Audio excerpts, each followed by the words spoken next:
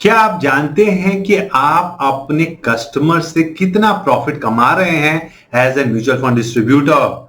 अगर नहीं तो ये वीडियो आपके लिए लाभदायक होगा। इस वीडियो में मैं आपको बताऊंगा कि आपको कैसे अपने क्लाइंट से प्रॉफिटेबिलिटी को चेक करना चाहिए और उसके लिए क्या क्या चीजें ध्यान में रखनी चाहिए।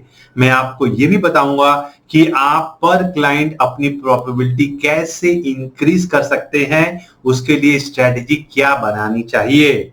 हेलो दोस्तों, मेरा नाम शोभित है। मैं एक फिनबिज ग्रोथ एक्सपर्ट हूं और हमारी एक कम्युनिटी है जिसे हम फिनबिज ग्रोथ क्लब कहते हैं। हमारी कम्युनिटी का एम है कि हम एक new age modern mutual fund distributors बनाएं जो इंडिया में इन्वेस्ट करने के लिए लोगों को हेल्प करे।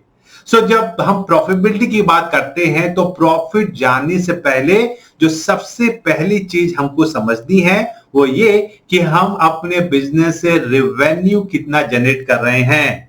अगर हमको रेवेन्यू पता नहीं होगा तो हम प्रॉफिट नहीं निकाल पाएंगे। रेवेन्यू के बाद हमको दूसरी चीज जो पता करनी है कि हमारा इस बिजनेस में खर्चा क्या है या एक्सपेंडिचर क्या है। तो इन सब के बारे में चलिए एक बार डिटेल से बात करते हैं। तो अगर आपको रेवेन्यू के बारे में पता करना है कि भाई आप इस बिजनेस से रेवेन्यू कितना जनरेट कर रहे हैं, तो उसके लिए आपको एक नंबर ट्रैक करना चाहिए जिसको हम कहते हैं सीपीए नंबर। सीपीए नंबर मतलब commission as percentage of assets. अब इसका मतलब क्या है, चलिए मैं आपको जल्दी से बताता हूं। अभी लेट्स अज्यूम कीजिए इस एग्जांपल में अगर आप देखें कि आपने अपने कस्टमर्स को 6 म्यूचुअल फंड स्कीम दिया है इस एग्जांपल के हिसाब से, और हर स्कीम में एक एयूएम है। स्कीम 1 में 10 लाख का एयूएम है, स्कीम 2 में 8 लाख का एयूएम है, and so on and so fourth. तो अगर आप देखिए हर स्कीम में एक एयूएम है और हर स्कीम का ब्रोकरेज अलग अलग होता है। स्कीम 1 में जो ब्रोकरेज आपको मिल रही है वो 70 पैसे की मिल रही है। स्कीम 2 में जो आपको ब्रोकरेज मिल रही है वो 1 रुपए की मिल रही है। ऐसे हर स्कीम का ब्रोकरेज अलग होता है। तो आपको एक बार ये बात समझ में आ गई तो आपको स्कीम लेवल पे कितना ब्रोकरेज जनरेट हो रहा है और वो आपको पता चल जाएगा, क्योंकि आपका टोटल एयूएम जो है इस एग्जांपल में अगर आप देखें तो 50 लाख रुपए का है। तो आपने जो टोटल एडवाइस किया है अभी आपके एआरएम में 50 लाख रुपए का बिजनेस है और हर उसमें आपने 6 स्कीमों में क्लाइंट के पैसे लगवाए हैं। तो अगर आप पोर्टफोलियो लेवल पे सारी स्कीमों को मिला के अगर आप जानना चाहते हैं कि भैया मैं कितना कमा रहा हूं, तो उसके लिए आपको ये सीपीए नंबर जानना जरूरी है जो इस एग्जांपल में 0.620% का है। इसका मतलब क्या कि जब आप 50 लाख को 0.620% से मल्टीप्लाई करेंगे तो आपके साल की ब्रोकरेज मिल जाएगी। चलिए एक बार इसको भी देखते हैं। इसी में जब आप नीचे आएंगे तो हमने 50 लाख को 0.620% से मल्टीप्लाई किया और हमको 31,000 रुपए की वैल्यू आई। इसका मतलब कि अगर ये पैसा 1 साल तक रहता है तो हमको 31,000 रुपए का साल में कमीशन आएगा या 2,583 रुपए का हर महीने हमारे बैंक में as an mutual fund distributor commission आएगा। ये नंबर जो सीपीए नंबर की मैं बात कर रहा हूं, ये आपको ट्रैक करना बहुत जरूरी है। मोस्ट ऑफ द टाइम हम 1 और या 2 स्कीम का ही नंबर्स को ट्रैक करते हैं, लेकिन अगर आपने अपना सीपीए नंबर सही से ट्रैक किया है तो मुझे लगता है कि आपको बहुत क्लियर आइडिया होगा कि आप साल में कितना रेवेन्यू जनरेट कर रहे हैं। आपको कहीं पे भी डिपेंडेंट नहीं होना होगा। तो एक तरीका ये है कि आप सारी स्कीमों का एयूएम पता करें और उनका ब्रोकरेज पता करें और फिर आप उसको उनके वेट के हिसाब से उनका ब्रोकरेज लेवल कैलकुलेट करके उनको ऐड करें। दूसरा और आसान तरीका क्या है, चलिए मैं वो आपको बताता हूं। इससे आसान तरीका क्या है, इसका आसान तरीका यह है कि जो भी आपको मंथली ब्रोकरेज आ रही है, चलिए एक एग्जांपल से समझते हैं। सपोज आपको इस महीने जो मंथ की ब्रोकरेज आई है वो 10,000 रुपए की है। लेट्स अज्यूम कि आपका जो एयूएम है इस मंथ में वो 1 करोड़ रुपए का है। आपको 10,000 की ब्रोकरेज आई है, आपका एयूएम 1 करोड़ का है। तो हम क्या करेंगे कि हम अपने 10,000 का जो ब्रोकरेज आया है उसको 12 से मल्टीप्लाई करेंगे ताकि हमको पता चले कि आपका साल में कितना कमीशन या ब्रोकरेज बनता है। तो इस एग्जाम्पल में हमारा जो साल का ब्रोकरेज बना वो 1,20,000 रुपए का बना। तो अगर हमको अपना सीपीए नंबर पता करना है तो हम क्या करेंगे, 1,20,000 को हम अगर 1 करोड़ से डिवाइड करेंगे तो हमको 1.20% का सीपीए नंबर पता चल जाएगा, जो हमारा commission as a percentage of asset है। सो ये एक आसान तरीका, अगर आप ज्यादा डिटेल में ड्रिल डाउन नहीं करना चाहते तो अपने मंथ का ब्रोकरेज निकालिए, अपने मंथ का ब्रोकरेज जो आपको मिला है सारे स्कीमों में, सारी एमसी को पुट टुगेदर, उसको आप 12 से मल्टीप्लाई करें और आपका जो एयूएम है उससे अगर आप डिवाइड करेंगे तो आपको सीपीए नंबर पता चल जाएगा। तो यहां पे हमने जान लिया कि भैया मेरा रेवेन्यू क्या जनरेट हो रहा है, तो रेवेन्यू मुझे पता चल गया। अब नेक्स्ट जो मुझे पता करना है वो क्या, हमारा एक्सपेंडिचर क्या है, हम पैसे खर्च कहां कहां कर रहे हैं। Most of the mutual fund distributor इसको एज ए बिजनेस ट्रीट ही नहीं करते, उनके लिए कमीशन ही सब कुछ है। लेकिन मैं आपको बताना चाहता हूं दोस्तों, अगर आप इसको एज ए बिजनेस ट्रीट करेंगे तो आप एक बहुत अच्छा एंटरप्राइज अपने लिए बनाएंगे। सबसे पहला एक्सपेंडिचर जो आपको ट्रैक करना चाहिए वो क्लाइंट एक्विजिशन का कॉस्ट क्या है। अगर आप नया क्लाइंट एक्विजिशन कर रहे हैं तो उसके लिए आप क्या पैसा खर्च कर रहे हैं। आपको ये ध्यान में रखना है कि अगर आप नए नए लोगों को अपने साथ जोड़ना चाहते हैं तो उसके लिए पैसा खर्च करना पड़ता है। तो आपको ये ट्रैक करना है कि आप क्या क्या एक्टिविटी कर रहे हैं कि नहीं कर रहे हैं, और अगर आप कर रहे हैं तो उस पर आप क्या खर्चा कर रहे हैं और उसको आपको लिखना पड़ेगा। दूसरा, इंफ्रास्ट्रक्चर कॉस्ट, जैसे अगर आपका कोई फिजिकल ऑफिस है तो उसका क्या खर्चा है, आपके पास एम्प्लॉय है उसका क्या खर्चा है, अगर आप कोई थर्ड पार्टी सॉफ्टवेयर यूज कर रहे हैं अपने बिजनेस को ट्रैक करने के लिए, अपने क्लाइंट को ऐप देने के लिए, उसका क्या खर्चा है, और आपको जो रिलेशनशिप आप क्लाइंट के साथ मेंटेन कर रहे हैं उसका क्या खर्चा है। आप उनके बर्थडे पे विश कर रहे हैं, उनको गिफ्ट दे रहे हैं, ये सारी जो खर्चे हैं इसको भी आपको ट्रैक करना पड़ेगा। जो सबसे इंपॉर्टेंट खर्चा है जो मोस्ट ऑफ द टाइम हम as a mutual fund distributor track नहीं करते हैं वो है आपका टाइम का कॉस्ट। आपको समझना है आपके टाइम की वैल्यू है। अगर आप इस बात को नहीं रियलाइज करेंगे आप इस बिजनेस में सही से ग्रो नहीं हो पाएंगे। आपको ट्रैक करना पड़ेगा आप कितने क्लाइंट के साथ कितना टाइम बिता रहे हैं, कौन से टाइम का क्लाइंट के साथ कितना टाइम बिता रहे हैं।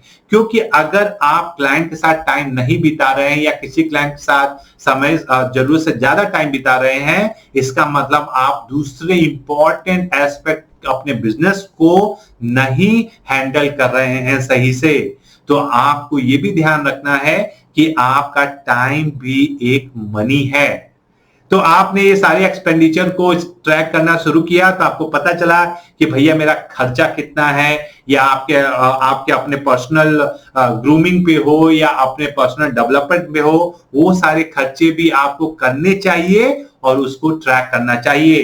तो हमको रेवेन्यू पता चल गया, हमको एक्सपेंडिचर पता चल गया, तो हमको अब प्रॉफिट पे आना है। और इससे सबसे आसान तरीका क्या है, प्रॉफिट को ट्रैक करने के लिए आज आपका एक्सपेंडिचर को आप अपने जितने भी आपके क्लाइंट हैं उनसे डिवाइड कर दीजिए तो एवरेज कॉस्ट आपको पता चल जाएगी, और सीपीए नंबर से आप अपने क्लाइंट का रेवेन्यू जनरेट कर सकते हैं। इसका मतलब क्या है, अज्यूम आपके क्लाइंट का एयूएम आपके साथ 10 लाख रुपए का है और आपका सीपीए नंबर 0.50% का है, तो आपको पता चलेगा कि आप साल में उस क्लाइंट से कितना कमा रहे हैं, और आपको पर कस्टमर आपका एक्सपेंडिचर भी पता है, तो आपको पता चल गया कि आपका पर क्लाइंट रेवेन्यू क्या जनरेट हो रहा है या उस क्लाइंट से रेवेन्यू क्या जनरेट हो रहा है। तो दूसरी चीज आपको समझनी है, क्लाइंट का जितना ज्यादा एयूएम होगा उतना ही ज्यादा आप उससे रेवेन्यू कमा रहे होंगे, और ये आपको ध्यान में रखना है। इस बात को भी आपको समझना है कि अगर आपका क्लाइंट का डेट एयूएम ज्यादा है तो वहां पे आपकी प्रॉफिटेबिलिटी को मार पड़ती है, क्योंकि डेट स्कीम्स में आपका जो कमीशन होता है वो कम होता है। लेकिन एक बॉलपार्क नंबर की बात करें तो अगर आपने सीपीए नंबर सही से ट्रैक किया है तो आपको एक मैक्रो एनवायरनमेंट में आइडिया लग जाता है कि भैया मेरे कस्टमर से मैं कितना कमा रहा हूं। एक बार आपको ये समझ में आ गया और आपको समझ में आ गया कि क्लाइंट की प्रॉफिटेबिलिटी क्या है, आप अपने रिसोर्स को, अपने टाइम को, अपने एफर्ट को सही तरीके से चैनलाइज कर पाएंगे। जिस कस्टमर से आप ज्यादा कमा रहे हैं उस कस्टमर पे आपको ज्यादा टाइम देना चाहिए, जिससे आप कम कमा रहे हैं उस कस्टमर को आपको कम टाइम देना चाहिए। और इसी में मैंने आपको कहा कि आपका टाइम भी मनी है। अगर आपको इससे और एक आसान तरीके से अपने क्लाइंट की प्रॉफिटेबिलिटी को ट्रैक करना है तो कैम्स में आपको ये सुविधा मिलती है। अगर आप कैम्स में as a distributor log in करेंगे तो वहां पे जब आप ब्रोकरेज सेक्शन में जाते हैं तो वहां पे आप अगर नीचे देखें तो यहाँ पे टॉप इन्वेस्टर लिस्ट दिखता है। यहाँ पे जब आप क्लिक करेंगे तो आपको सारे इन्वेस्टर की जो रेवेन्यू जनरेट हो रही है, जो उस कस्टमर से आपको क्या रेवेन्यू जनरेट हो रही है, ये भी पता चलता है। लेकिन आपको ये समझना है कि कैम्स में ओनली आपको पार्शियल डाटा आता है। जो भी के फिनटेक से इन्वेस्टमेंट आपने किया है या आपने एसईएमसी में किया है जो के फिनटेक प्लेटफॉर्म से यूज कर रहे हैं, तो वो नंबर आपको इसमें नहीं दिखेगा। अभी आप क्लियर हो गया कि आपके क्लाइंट की प्रॉफिटेबिलिटी क्या है, तो चलिए मैं आपको सीक्रेट्स बताता हूं ताकि अपने क्लाइंट से आप ज्यादा से ज्यादा प्रॉफिट कमा सकें, या जब आप फ्यूचर में क्लाइंट को एक्विजिशन कर रहे हैं तो आपको क्या चीजों का ध्यान रखना चाहिए। तो सबसे पहली चीज आपको ध्यान रखनी चाहिए और समझनी चाहिए अगर आप क्लाइंट से लंबे समय तक प्रॉफिट जनरेट करना चाहते हैं कि उसका कैश फ्लो क्या है। कैश फ्लो का मतलब क्या है, आपको समझना है कि क्लाइंट की एक्टिव इनकम क्या है, वो आज अपने प्रोफेशन से क्या कमा रहा है और उसका फ्यूचर विजिबिलिटी क्या है। तो इसका मतलब अगर क्लाइंट यंग है तो उसमें आपके फ्यूचर में रेवेन्यू जनरेट करने की प्रोबेबिलिटी ज्यादा है। दूसरा, अगर क्लाइंट में मल्टी और n number of earning members हैं तो वो भी आपके लिए एक अच्छा संकेत है, क्योंकि अगर कई लोग कमा रहे हैं उस परिवार में तो सबसे आपको बिजनेस और कैश फ्लो इंक्रीज होने के चांसेस हैं। ये भी आपको समझना पड़ेगा। जो तीसरी चीज आपको ऑब्जर्व करनी है वो कि नंबर ऑफ डिपेंडेंट्स कितने हैं जो नॉन अर्निंग मेंबर हैं, क्योंकि वो क्लाइंट के कैश फ्लो को रिड्यूस कर देते हैं। तो जब भी आप एक फ्यूचर स्ट्रेटेजी बना रहे हैं क्लाइंट को एक्विजिशन करने के लिए, मैं आपको सजेस्ट करूंगा दोस्तों कि आप सब ये सब चीजों को ध्यान दें। पहला, आपको ये समझना है कि क्लाइंट का एक्टिव इनकम क्या है, अच्छा है, हेल्दी है कि नहीं है। दूसरा, कितने लोग हैं जो घर में कमा रहे हैं। और तीसरा, कितने डिपेंडेंट्स हैं जो नहीं कमा रहे हैं। जो दूसरी चीज आपको ध्यान रखनी चाहिए कि क्लाइंट की इन्वेस्टमेंट हैबिट्स क्या हैं, या हैबिट्स हैं भी या नहीं है। ये आप उनको हेल्प कर सकते हैं कल्टीवेट करने में। लेकिन अगर क्लाइंट पहले ही से जागरूक है, क्लाइंट पहले से ही इन्वेस्टमेंट और सेविंग्स में ध्यान देता है, तो ये आपके लिए एक विन विन सिचुएशन हो सकती है, क्योंकि आप from the day one client से बिजनेस जनरेट कर पाएंगे। तो ये भी आपको समझना जरूरी है। उसके एसेट मिक्स को भी समझना जरूरी है। क्या क्लाइंट सिर्फ रियल एस्टेट में पैसा लगाता है, या गोल्ड में लगाता है, या फिक्स डिपॉजिट में रखता है। अगर उसका ध्यान इन सारे एसेट्स पे ज्यादा है तो आपको थोड़ी और ज्यादा मेहनत करनी पड़ेगी क्लाइंट को कन्विंस करने में, बताने में कि यहाँ पे एक अच्छा रिटर्न का एवेन्यू बन सकता है। तो ये सारी चीजें आपको ध्यान में रखनी चाहिए जब आप फ्यूचर की स्ट्रेटेजी बना रहे हैं अपने सीपीए नंबर को इंक्रीज करने के लिए या नए क्लाइंट को एक्वायर करने के लिए। तो ये जो इंपॉर्टेंट चीजें हैं ये हमको समझनी बहुत जरूरी है दोस्तों।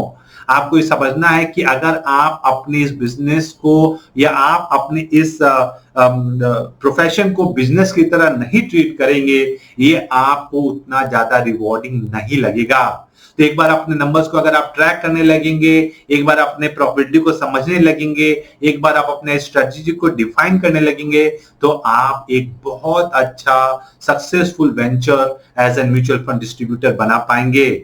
आई होप मैंने आपको एक नया डायमेंशन दिया होगा, एक नई सोच दी होगी अपने म्यूचुअल फंड डिस्ट्रीब्यूशन को नए लेवल पे ले जाने के लिए और नए एंगल से सोचने के लिए।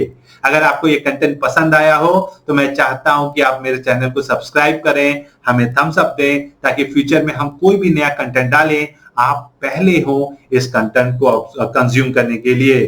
Thank you very much for watching और मैं आपको अगले वीडियो में मिलता हूं।